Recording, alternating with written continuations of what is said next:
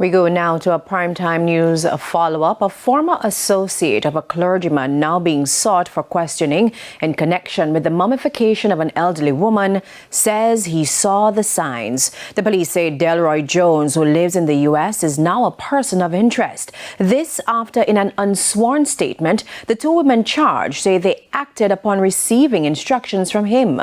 Kimberly Petty has this TVJ News exclusive. On his Facebook page, Delroy Jones describes himself as an apostolic of the Holy Apostles and the Holy Prophets sent by the Lord to speak to his people. Hours after Jamaican police identified him as a person of interest, he said in a post, "Oh Lord, you spoke your word to us. We believed it, obeyed it, and kept it. We've done our part. Now we wait on you to do your part."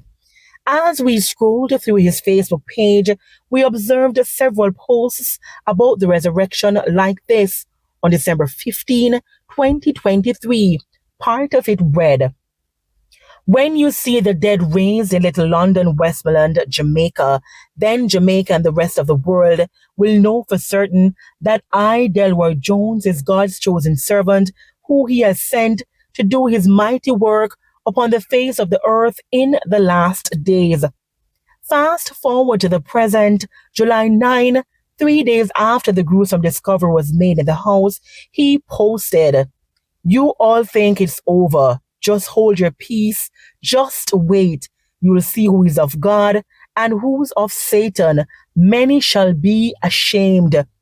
6 days later, another post read, "Thus saith the Holy Ghost, no morgue, no funeral home, no grave can stop the resurrection power of Jesus Christ. Just wait. All liars, slanderers, scandalizers, and false accusers, Satan's followers who lifted up their tongues against us, shall be ashamed." We met someone who knows him, but opted to remain anonymous. We'll call him Bob. I met Delroy Jones some years back, maybe around about 20-something years. Met him in the church.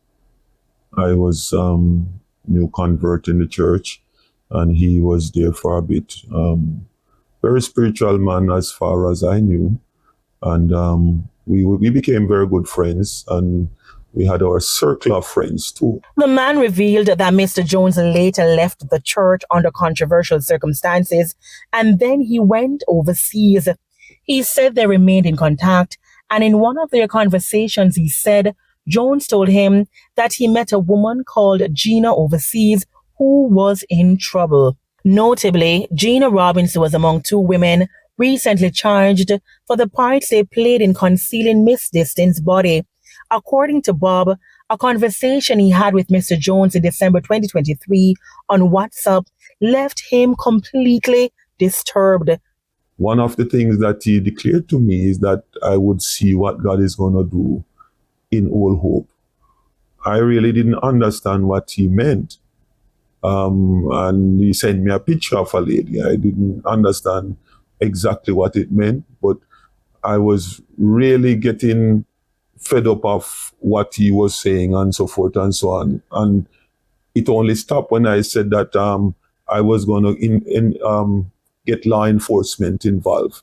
He then told the clergyman this. The older you get, it seems like you become a madman. The man is of the view that Miss Robinson was manipulated by the clergyman because she felt she owed him for helping her during a rough patch. He says, with the news emerging of the mummification of the elderly woman, he is now putting the pieces of the puzzle together. That picture he received in the chat was that of Miss Distin when she was alive.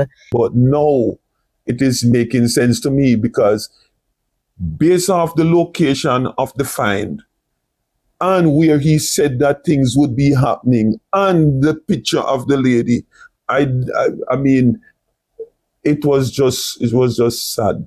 To me, how could a man, encourage somebody? Because I know in my mind, Gina was this lady who felt like she was owing him something because of what he did for her.